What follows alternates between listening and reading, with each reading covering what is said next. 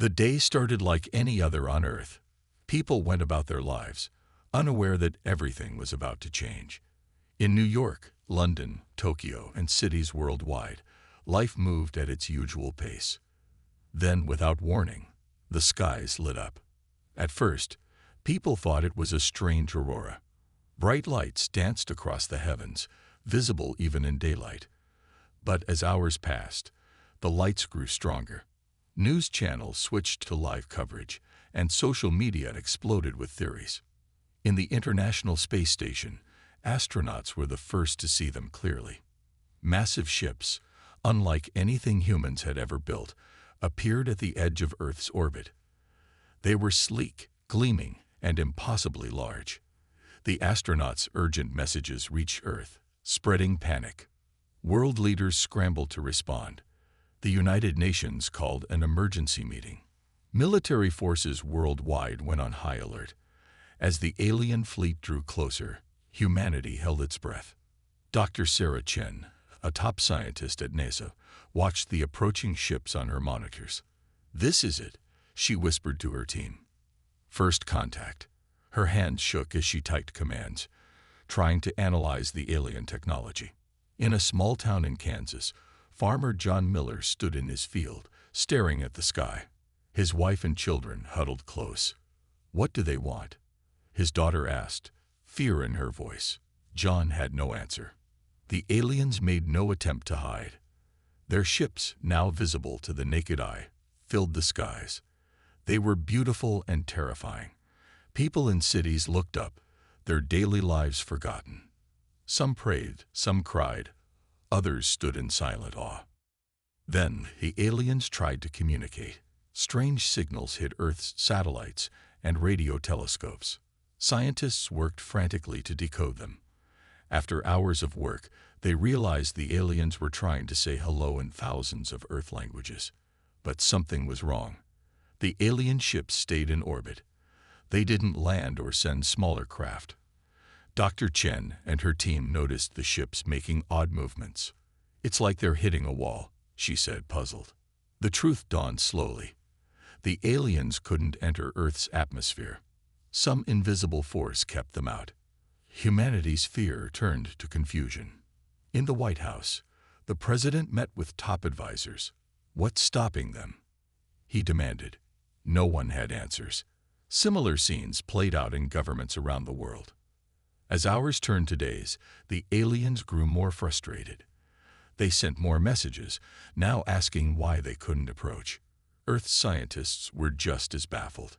Dr. Chen made a breakthrough on the 5th day.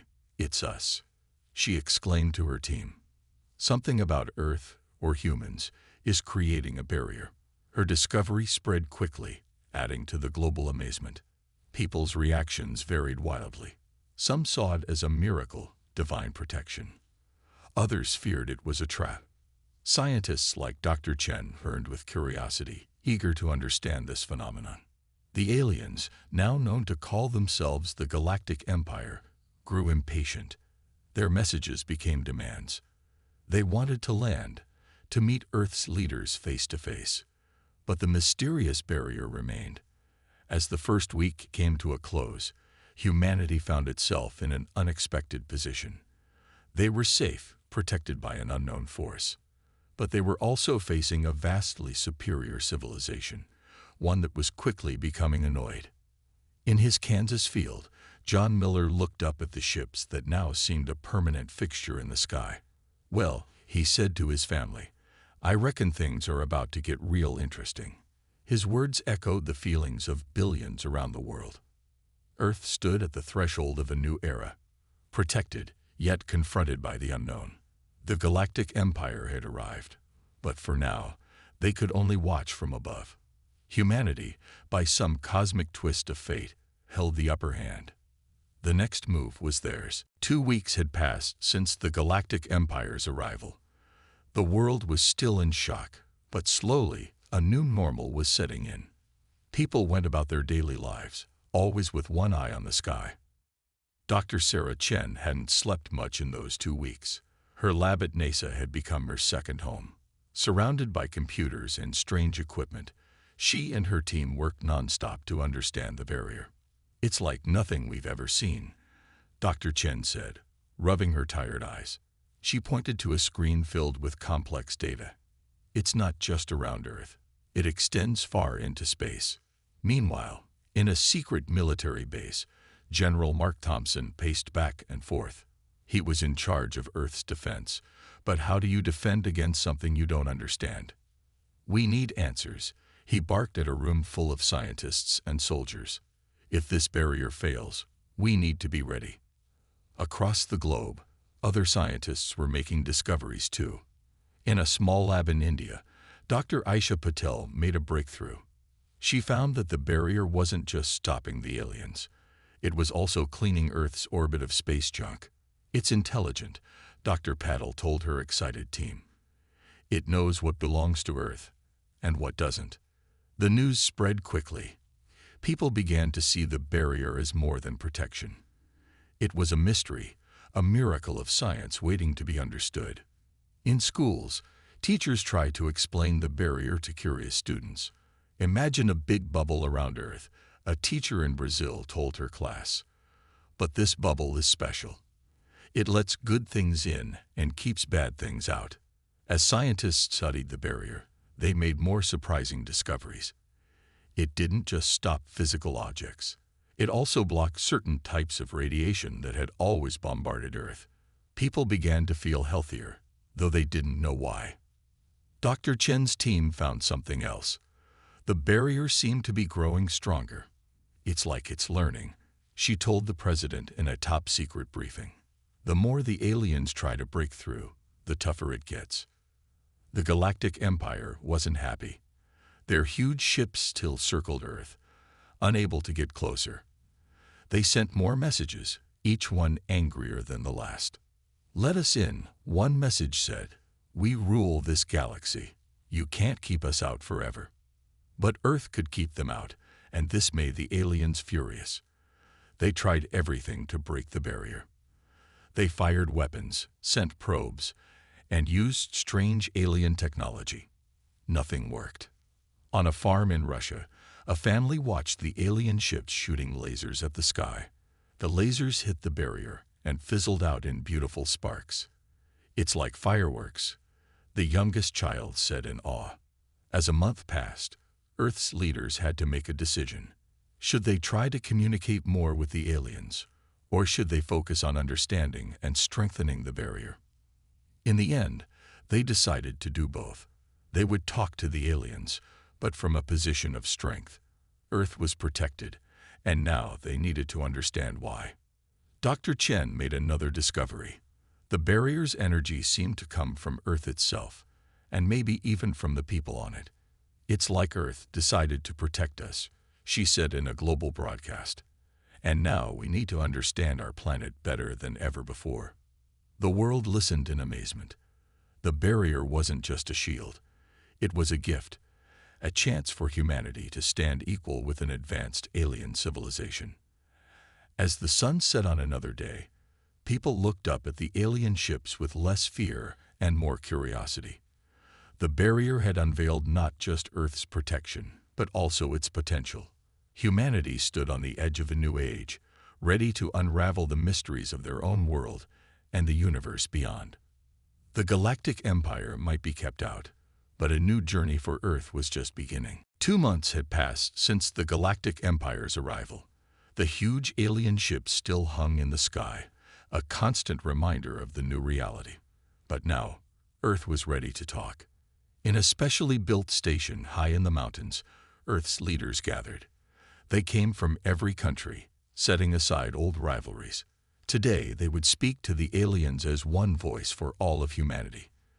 Dr. Sarah Chen stood nervously beside the communication equipment. She had helped design this new tech that could send clear signals through the barrier.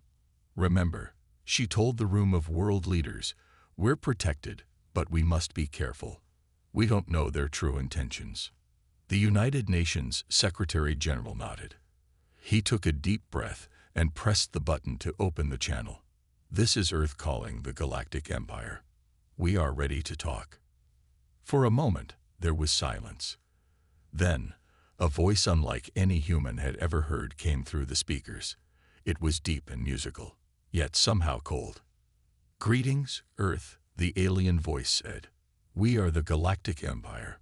We rule over 10,000 worlds. Why do you keep us out?" The Secretary General looked around the room. Everyone nodded encouragingly. "We do not keep you out," he replied. "Our planet protects us. We wish to understand why as much as you do." The alien voice seemed surprised. "You claim no control over this barrier." "Impossible. No primitive world could have such technology without knowing it." In homes around the world, people watched the exchange on their screens. In a small apartment in Tokyo, a family huddled close, hanging on every word. Back in the mountain station, Earth's leaders discussed their next move. Some wanted to demand the aliens leave. Others urged caution. Finally, they agreed on a message. The Secretary General spoke again. "We may not control the barrier, but it is clear our world does not welcome your presence. What are your intentions here?" The alien response was quick and angry. "Our intentions? We are the Galactic Empire. We go where we please. We take what we want. You will drop this barrier and submit to our rule." A gasp went through the room. On screens worldwide, people's fears were confirmed. The aliens were not friendly. But Earth's leaders stood firm. "We will not submit," the Secretary General said. "We are protected, and we will use this time to grow stronger. Leave our solar system in peace." The alien voice grew louder. "You dare to order us? We have technologies you can't imagine. We will break your barrier. We will." Suddenly, the alien voice cut off. Dr. Chen rushed to her equipment. "The barrier," she said in awe. "It just blocked their signal. It's protecting us even from their words now." A cheer went up in the room. Around the world, people celebrated. Earth had stood up to the Galactic Empire and survived. But the danger wasn't over. Through the windows, they could see the alien ships moving. They were spreading out, surrounding Earth in a giant sphere. General Thompson stepped forward. "They're preparing for a long siege," he said grimly. "This isn't over." The world leaders nodded. They knew Earth had won the first round, but a greater challenge lay ahead. How long could they last against an empire that ruled thousands of worlds? As the meeting ended, people around the world felt a mix of pride and fear. In a small village in Africa, an elder told the children, "We have found our strength. Now we must be wise in how we use it." The Galactic Empire had come to conquer, but found a world they couldn't touch. Now, a greater test was coming. Could Earth use this chance to become strong enough to stand equal with the stars? As night fell, the alien ships glowed in the sky. But for the first time, Earth glowed too. Not with weapons or shields, but with the light of hope and determination. The negotiations had failed, but humanity's stand was just beginning. 3 months had passed since the failed negotiations with the Galactic Empire. Earth was changing fast. The whole planet was working together like never before. In a huge underground lab, Dr. Sarah Chen led a team of the world's best scientists. They were studying the barrier, trying to understand its secrets. "Look at this," Dr. Chen said, pointing to a screen. "The barrier isn't just strong. It's smart. It learns and adapts." Her colleague, Dr. Ravi Gupta, nodded excitedly. "And look here," he said, showing another screen. "It's not using any energy we know. It's powered by Earth itself." Around the world, other teams were making their own discoveries. In Brazil, engineers found a way to use the barrier's energy to power cities. In Japan, doctors realized the barrier was making people healthier, helping them fight diseases. But it wasn't just scientists making breakthroughs. Ordinary people were coming up with ideas too. In a small town in Canada, a young girl named Emily had an idea. "If the barrier keeps out bad things," she told her teacher, "maybe it can keep out pollution too." Her idea spread, and soon, factories were changing how they worked to be cleaner. In Africa, farmers found that crops grew better under the barrier. Food was becoming more plentiful all over the world. People started to see the barrier not as something scary, but as a gift. Meanwhile, the military wasn't sitting idle. General Thompson oversaw a new project. They were building special satellites that could work with the barrier. If the aliens attack, the general explained to world leaders, these satellites will make the barrier even stronger. They'll protect us and maybe even push the aliens back. But not everyone was focused on defense. Many people wanted to reach out to the stars in peace. In a field in Russia, a group of students built a new kind of radio telescope. It could send messages through the barrier to distant stars. Maybe we'll find friendly aliens, one student said hopefully. As humans got smarter, they also became more curious about the aliens watching them. People used telescopes to study the Empire's ships. They learned about alien technology just by watching. Dr. Chen made another exciting discovery. The barrier doesn't just protect us, she announced one day. It's teaching us. Every time the aliens try something new, the barrier shows us how it works. This news changed everything. Suddenly, Earth was learning alien science at an incredible speed. New inventions appeared every day. Cars that could fly, medicines that could cure almost anything, computers more powerful than anyone had dreamed possible. But with all this progress came tough questions. How should Earth use its new power? Should they try to fight the Empire, or find a peaceful way to join the galactic community? World leaders met again to discuss the future. The meeting room was very different now. Holograms flickered around the table, showing data from the barrier and the alien ships. We're growing stronger every day, one leader said. Soon, we might be able to leave Earth and explore space ourselves. Another leader warned, but we must be careful. We don't want to become like the Empire, thinking we can bully others. As the meeting went on, a decision was made. Earth would continue to learn and grow stronger, but they would also prepare to reach out to the stars in peace. Outside, people looked up at the night sky. The alien ships were still there, watching. But now, instead of fear, most people felt excitement. The stars didn't seem so far away anymore. A child pointed at the sky and asked her mother, "Will we go there someday?" The mother smiled and said, "Yes, I think we will. And when we do, we'll be ready." As the world slept that night, the barrier shimmered quietly above. It had protected Earth, but now it was doing much more. It was helping humanity take its first steps into a larger universe. 6 months had passed since the Galactic Empire arrived. Earth had changed more in that time than in the last 100 years. But now, things were getting tense. The alien ships circling Earth were restless. They moved faster, their lights flashing angrily. Something was about to happen. In the newly built Space Defense Center, General Thompson watched the alien ships closely. "They're up to something," he said to his team. "Be ready for anything."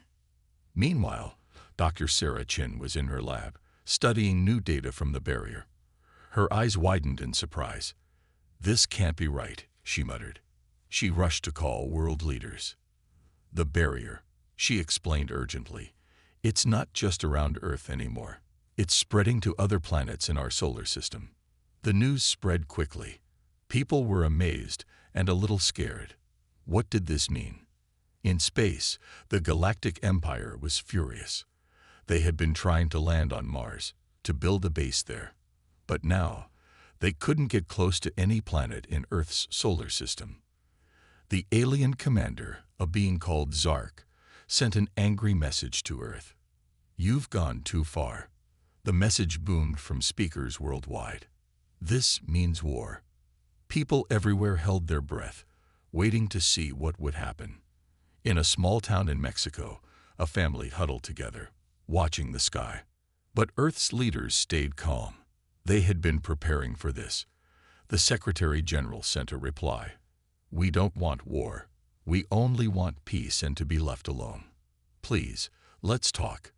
Zark's answer was quick and harsh. "Talk? No more talk. You'll see our power now."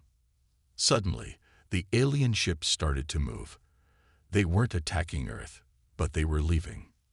People cheered, thinking the aliens had given up. But Dr. Chen knew better. They're not leaving, she told the world leaders. They're going to attack other worlds. She was right. The Galactic Empire, frustrated by Earth's defense, decided to show their power by attacking weaker planets. Through special telescopes, people on Earth watched in horror as the Empire attacked a small, peaceful world millions of miles away. The poor aliens there had no protection like Earth's barrier. We have to do something, people cried. But what could Earth do? They were safe but trapped behind their barrier. This was Earth's big test. They had grown strong, but were they ready to help others? World leaders met again, this time with scientists and military chiefs. They had a tough choice to make. We can't just watch as the Empire hurts others, said one leader. But if we leave our solar system, we'll be vulnerable, warned another. Dr. Chen spoke up. Maybe not, she said. The barrier is growing, learning. Maybe we can take it with us. Everyone looked at her in surprise. Could it be possible? General Thompson nodded slowly. If we can do that, we might be able to help other worlds. We could even fight back against the Empire. The room buzzed with excitement and worry. This was a big step. Earth had been hiding behind its barrier. Now, they might have to face the galaxy. As the meeting went on, a plan started to form. Earth would build its first space fleet. These ships would be powered by the same energy as the barrier. They would go out into the galaxy, not to conquer, but to protect. The news spread around the world. In schools, kids drew pictures of Earth ships helping alien worlds. In factories, workers began building parts for the new fleet. It would take time, but Earth was getting ready to take a stand. Not just for themselves, but for all the worlds that couldn't protect themselves. As night fell, people looked up at the stars with new eyes. The galaxy was a dangerous place, but now Earth had a chance to make it better. A mother tucked her child into bed. Are we going to fight the bad aliens? The child asked. The mother smiled softly. We're going to help people, she said. And maybe, just maybe, we'll teach the Empire that being kind is better than being strong. As the world slept that night, the first Earth ships were being built. Soon, they would journey into space, carrying hope for a better galaxy. A year had passed since Earth decided to build its space fleet. Today was the big day. The first ships were ready to launch. At Cape Canaveral, huge crowds gathered to watch. The new ships looked nothing like old rockets. They were sleek and shiny, glowing with the same energy as the barrier. Dr. Sarah Chen stood next to the lead ship, named Hope. She put her hand on its smooth surface. It's amazing, she said. The barrier's energy is in every part of the ship. General Thompson nodded. Let's hope it's enough, he said. We're about to face the most powerful empire in the galaxy. The countdown began. People all over the world watched on screens. In a small village in India, families gathered around a single TV. In New York City, the launch was shown on huge billboards. 5, 4, 3, 2, 1. Liftoff. The ships rose silently, surrounded by a soft blue glow. There was no fire, no smoke. They simply floated up, picking up speed as they went. As the ships reached space, everyone held their breath.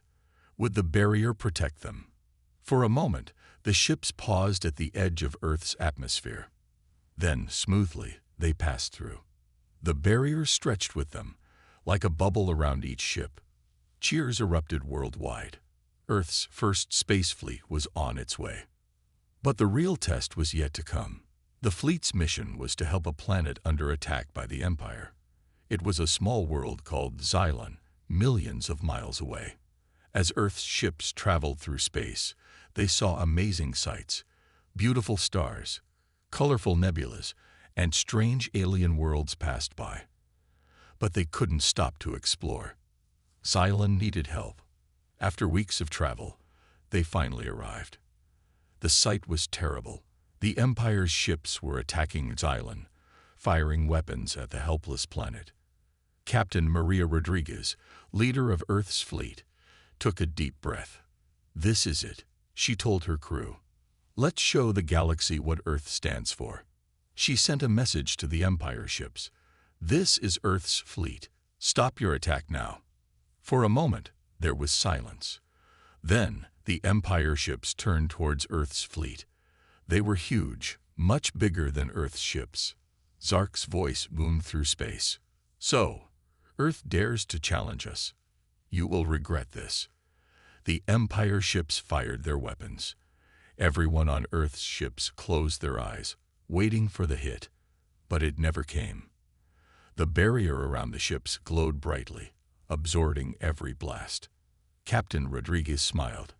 "Our turn," she said. Earth's ships moved forward. They didn't fire weapons. Instead, they extended their barriers, covering Xylon and pushing the Empire ships back. The Empire tried everything to break through, but nothing worked. Earth's barrier was too strong. Finally, Zark's voice came again, this time less sure. "What is this power? How are you doing this?" Captain Rodriguez replied, "This is the power of protection, not destruction. We're here to help, not to conquer." Confused and frustrated, the Empire ships retreated. For the first time ever, someone had stood up to them and won. On Cylon, the aliens cheered. They looked like tall, blue trees, and they waved their branches in joy. "Thank you, Earth," they called. Back on Earth, people celebrated. They had taken a stand, not just for themselves, but for others who needed help. In the White House, the president made a speech. "Today, we showed the galaxy who we are. We are not conquerors. We are protectors. We are Earth." As news spread across the stars, other worlds took notice. Some were scared of Earth's power, but many were hopeful. Maybe, just maybe, the Empire's reign was coming to an end. On the hope, Captain Rodriguez looked out at the stars. "This is just the beginning," she said to her crew. "We have a lot more worlds to help." Earth had taken its stand. Now, the real journey was just beginning. 5 years had passed since Earth's first stand against the Galactic Empire. The galaxy had changed in ways no one could have imagined. Earth's fleet, once just a few ships, had grown into a powerful force for good. They traveled across the stars, helping worlds in need and standing up to the Empire's bullying. On a beautiful planet called Zephyria, Captain Maria Rodriguez stood with Dr. Sarah Chen. They watched as Earth engineers helped the local aliens build their own barrier. "Remember when we thought we were alone in the universe?" Dr. Chen said, smiling. Captain Rodriguez nodded. "Now look at us, friends with beings from 100 worlds." But not everything was peaceful. The Galactic Empire, though weakened, was still a threat. They had gathered their forces for one last, desperate attack. Back on Earth, in the Global Defense Center, General Thompson received an urgent message. "The Empire is on the move," he told world leaders. "They're heading for Earth with everything they've got."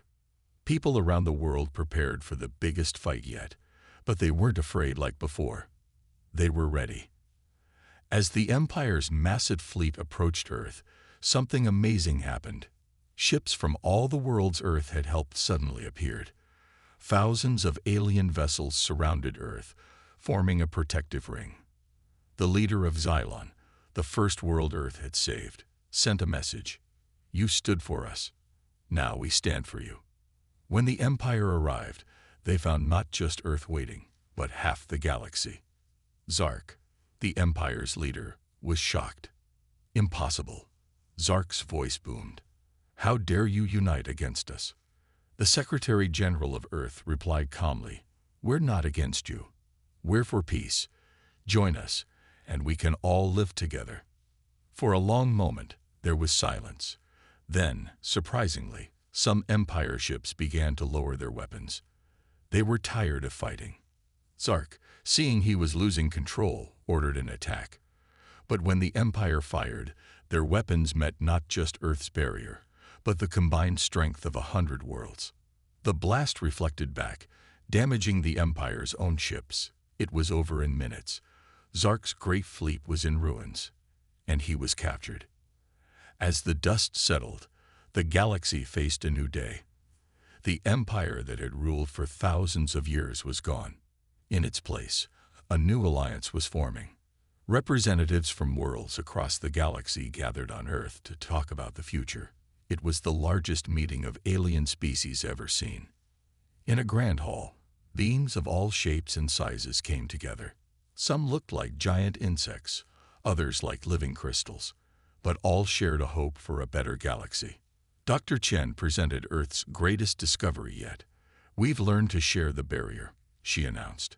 "Any world can now have protection, not just from attacks, but from natural disasters too."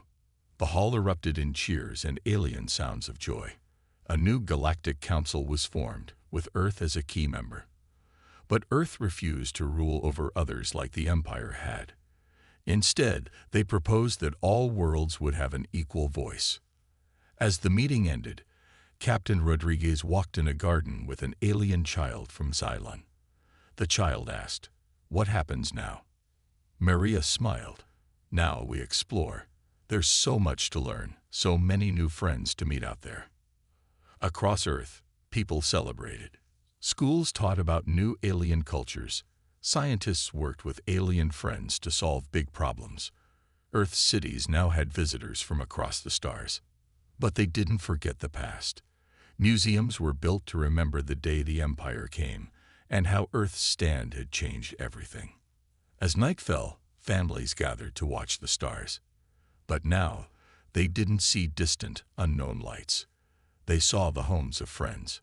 A grandmother told her grandchildren, "Remember, it's not about being the strongest. It's about being kind and helping others." That's what made Earth special. In the depths of space, Earth's ships continued their journeys. There were still worlds to help, mysteries to solve, and wonders to discover. Earth had taken a stand, and in doing so, they hadn't just protected themselves. They had helped create a new age of peace and discovery for all.